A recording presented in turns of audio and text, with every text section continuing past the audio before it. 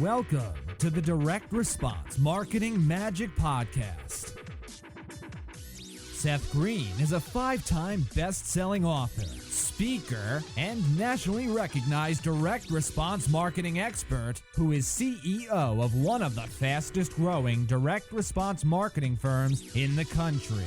To get free access to a download of his new book, Podcast Marketing Magic, and a free live training webinar that will show you how you can use a podcast to attract new customers and referrals like magic, simply register at www.ultimatemarketingmagician.com. On the podcast, Seth brings together some of the most cutting-edge thought leaders in the world to share with you how they grow their businesses and how you can too. And now, here's your host, Seth Greene.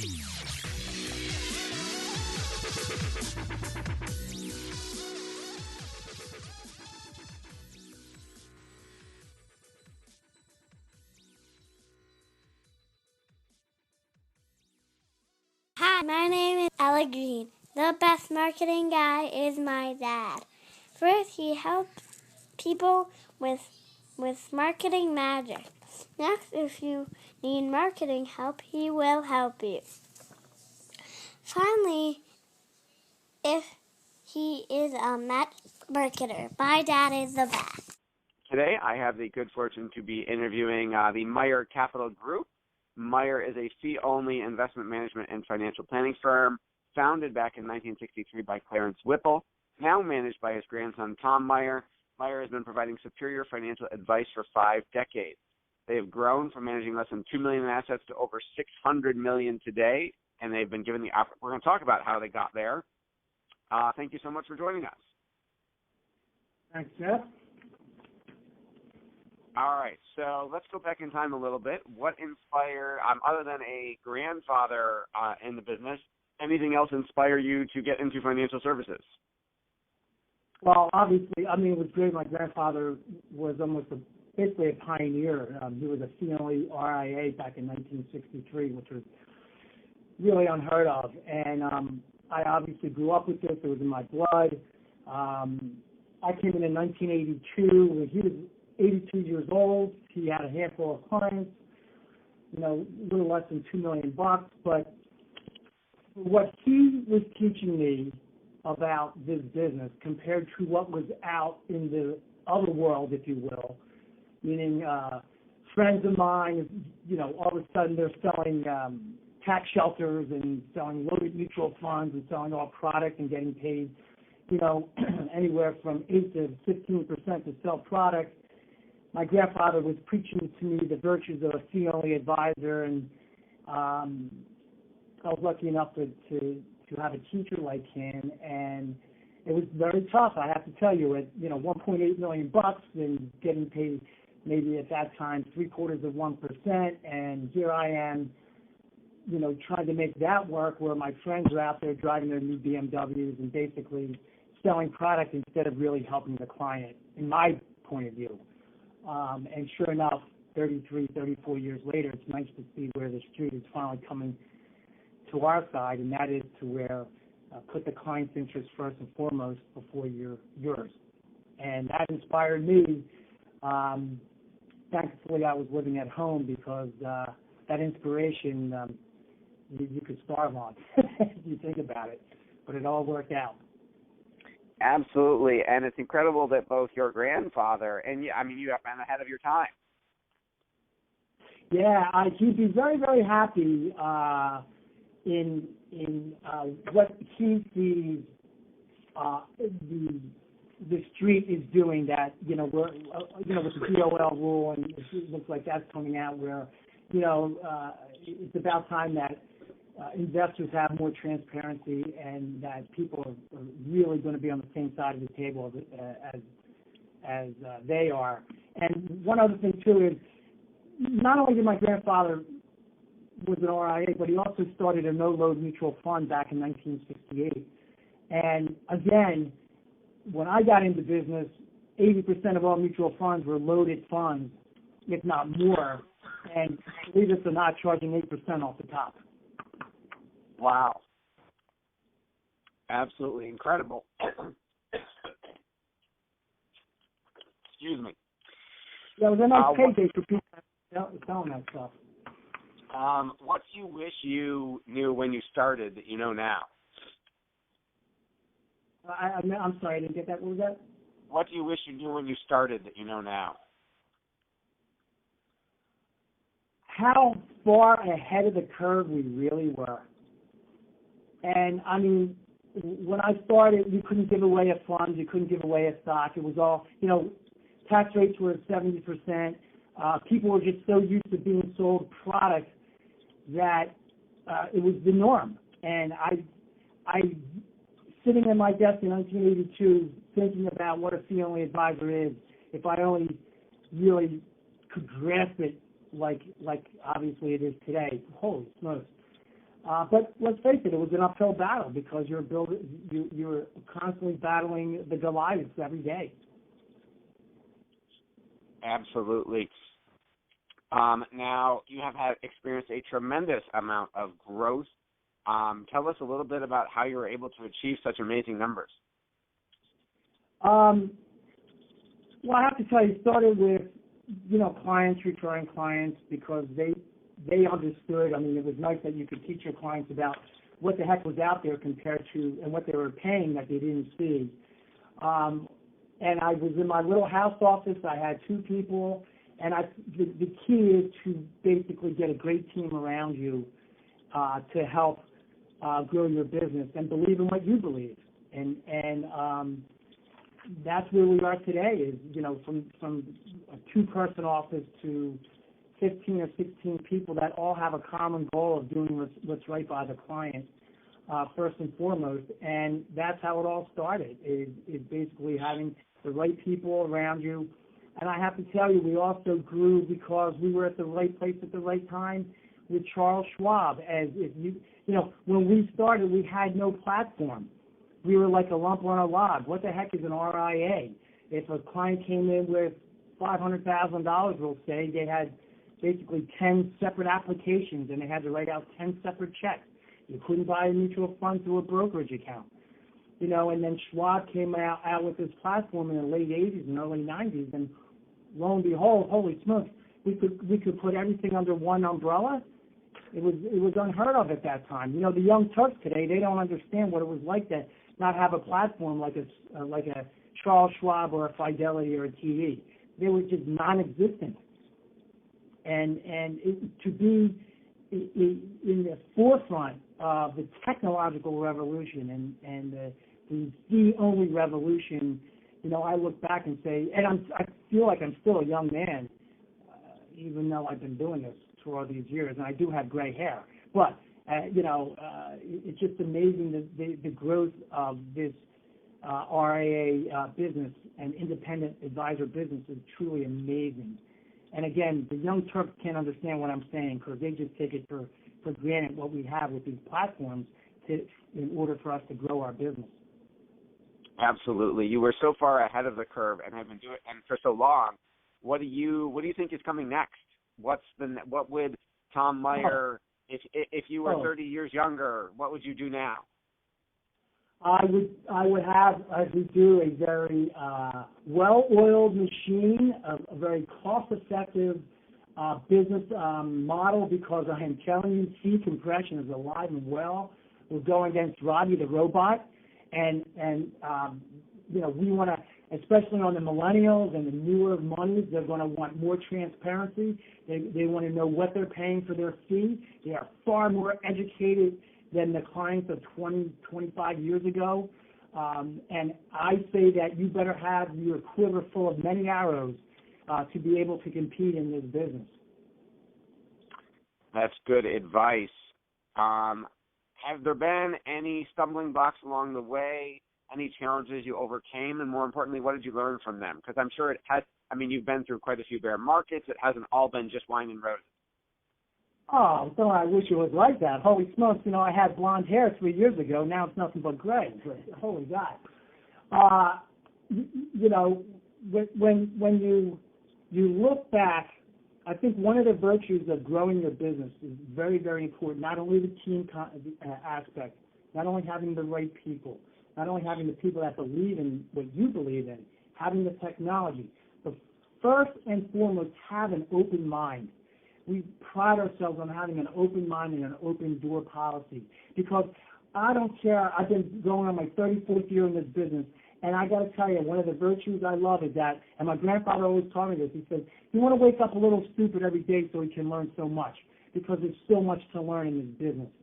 You know, don't think you know everything, because this business is moving in light speed, and you better have an open mind policy, because if you think you're going to sit there and rest on your laurels in this business going forward, you got another thing coming. This business will just go right past you. Absolutely. What do you like best about your business? First of all, I am a very lucky person that I love each and every day that I come into this office, not only from the aspect of what I can learn, but how I can help people, because that's what it is. And don't get me wrong, I'm not complaining about the few shekels I made. Trust me. And I worked very hard to get to that, and I've been helped along the way from the people that have surrounded me. But there's nothing like helping people, because everybody has a different story. Everybody has a different financial story. Everybody has a different family story. And I think, you know, my grandfather taught me an old saying. He said, there once was an owl that sat in an oak. The more he saw, the less he spoke. The more he spoke, the more he heard. Now, isn't that a wise old bird? So listening to your clients is first and foremost in this business, because ultimately it is all about your client. But each one is unique, and each one has a different story. And you got to be able to listen to that story. Absolutely. You have grown, as you mentioned, obviously a significant team. How do you recruit, attract, and retain such great talent and keep such a great culture? It's amazing, and I'm going to knock on wood on this, because we have very little, if any, turnover with our team, which I guess says something about the overall company and how it's run. And to recruit is, let me tell you, it's not easy, because we've just had an additional 2 hires. And I have to say that a lot of the interviewees that we had were coming from a different culture. See, as the RIA business has grown, you still are getting the culture clash of, yes, this person might be good, but if they're all influenced by product and can't understand the RIA way, then unfortunately they're not going to fit. I'm not going to try and fit a square peg in a round hole. I've seen that movie too many times. So we pick and choose wisely, and we want to try and get maybe the millennial that wants to learn and is a fresh mind and hasn't been influenced by the industry, or somebody who possibly might have come from an RIA. I don't think that that it has been known publicly of the true dichotomy between the broker side and the RIA side. It is a huge chasm, and it's something that with this DOL rule that's coming down the pike, it's going to be a rude awakening for the brokerage industry that has been basically product laden for the past 50, 60, 70 years. So when I'm looking for talent, I don't want them to be unduly influenced by product. With all the success you've achieved, what would you say is your biggest challenge now? Big challenge? Biggest challenge. Biggest challenge going forward? Yes. The biggest challenge going forward, I think, is from growing assets is it comes back to the clients. Truthfully, too much information too quickly, knee-jerk reactions. It's almost like you go through one correction and everyone thinks it's 2008. So I think the biggest challenging is to keep educating our clients, keep educating the clients that it's about them, it's about their plan, it's about their goals. Forget about the market, forget about absolute returns, look at risk-adjusted rate of returns to get you to utopia, to where you want to ultimately be. And we have way too much information and knee-jerk reaction, and people get individual investors are just, have this, if it's not Twitter, if it's Facebook, if it's, all of these incredible technologies that have made our life that much easier, has made our life that much tougher as an investment advisor to make sure that our clients reel them back in and explain to them, it's for the long term, it's not for unfortunately for some people, the long term is minutes, not even days anymore. That's our biggest challenge going forward. Absolutely. What are you doing other than doing a great job for your clients to attract so much business? Well, we're very lucky because we're on a platform that, from Schwab, for instance, that refer clients to us, which we're very proud of to be part of. That platform. We've been part of that platform since 1996. So we have grown our business that way. I have to tell you that Michael Halley is a perfect example of reaching out into the internet world to try and we have gotten some really great clients from web services. Which, if you would have told me that 5 years ago, I would have said you were crazy. But it's amazing how potential clients are very, very comfortable in going through sites such as NAPA, for instance, that refer clients to us and to other like RIAs that help grow your business. And of course, client referrals is always number one when it comes to helping grow your assets under management. Okay. What types of you mentioned internet searches. What types of outbound marketing do you do? Outbound? Zero. Yes. Are you doing direct mail? Are you doing seminars? Are you doing what type of stuff are you doing? The only seminars we do would be through one of the brokerage relationships that we have, and have lunches or maybe dinners to discuss markets. We do webinars for our clients, trying outside of the investment world. For instance, we've just done recently a Social Security webinar. We've done a LinkedIn webinar, how our clients can grow their businesses utilizing a site like LinkedIn. So, we're trying to think outside of the box to do webinars for clients that maybe will help them grow their businesses also. Great ideas. Very, very, very insightful. Anything drive you crazy about your business? Yeah, I mean, just like I said, too much information too fast, too quickly. Compliance is brutal. We've gotten to the point of, compliance, the culture. This is one thing to grow your business in this business now. It's almost like we've become compliance firms that manage money. And the budgets have gone through the roof. We get thrown in. We're not Merrill Lynch's and the Charles Schwab's and the TDs of the world. We're independent, but unfortunately, we have to go by what the regulators tell us to do, and we got thrown into the mix with everybody else. But it's important to have that culture of compliance in your firm, but at the same time, it is every day a compliance scenario arises. I think another thing that we have to deal with is the cybersecurity, and what's going on in the internet is downright scary. And we have layer upon layer of policies and procedures that we have to adhere to, to protect our clients' assets.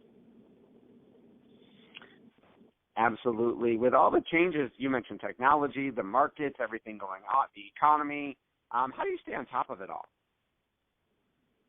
Well, I haven't slept well in 33 years, but that's my choosing. You have to have the right people that are going to, be assigned, tasks and duties, daily duties when it comes to compliance. So what you do is you compartmentalize, We make sure that you have the right good people doing, whether it comes to research, or whether it comes to compliance, whether it comes to the technology. I'm lucky enough where we're big enough to do that. I will say, if I was starting today as an independent, it's never been easier. It's never been easier to RIA in a box. I mean, the technology that's out there, the Schwabs and the TVs of the world will help you. We didn't have that stuff back in my day. I had a little Apple computer with a black and white TV as a monitor, and when I started. Today, the technology to begin your business, it's never been easier, quite frankly.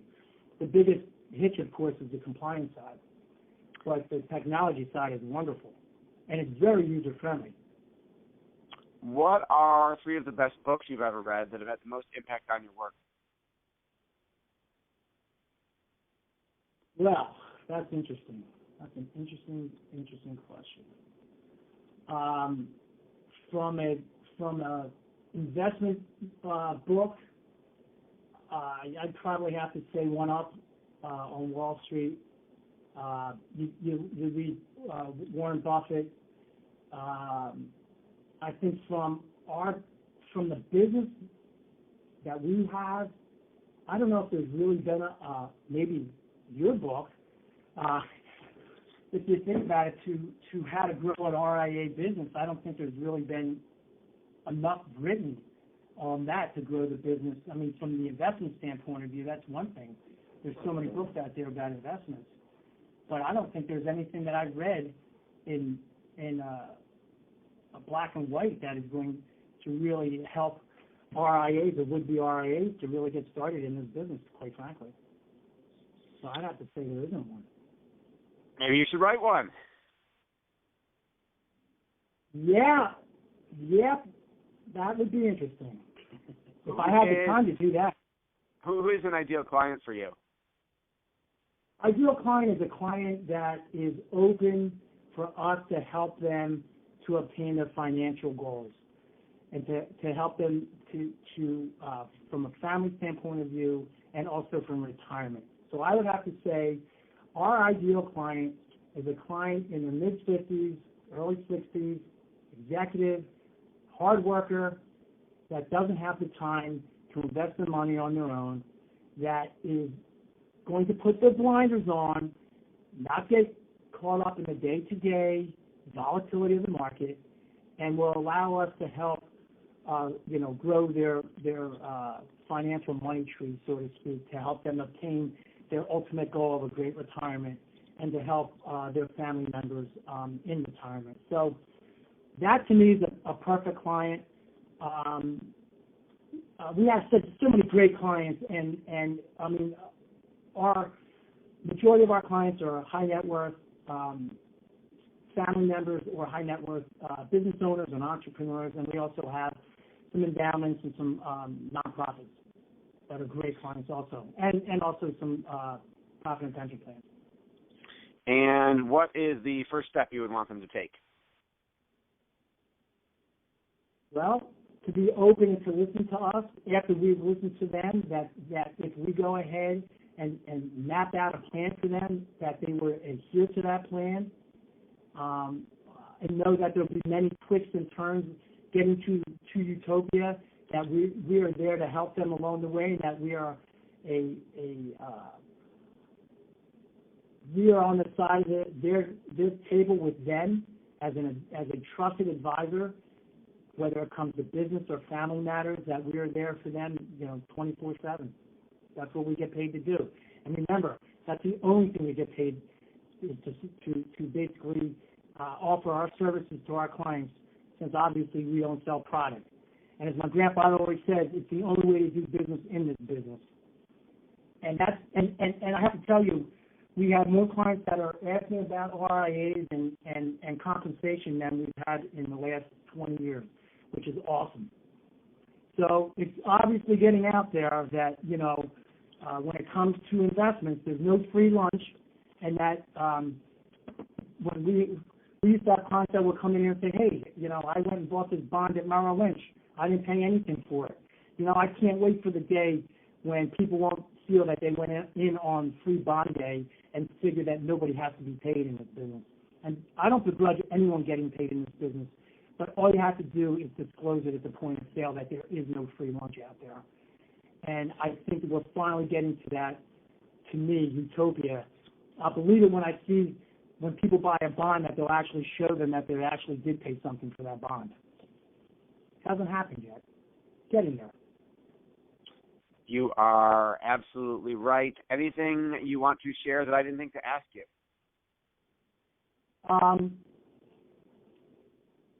No, I think you hit the nail on the head.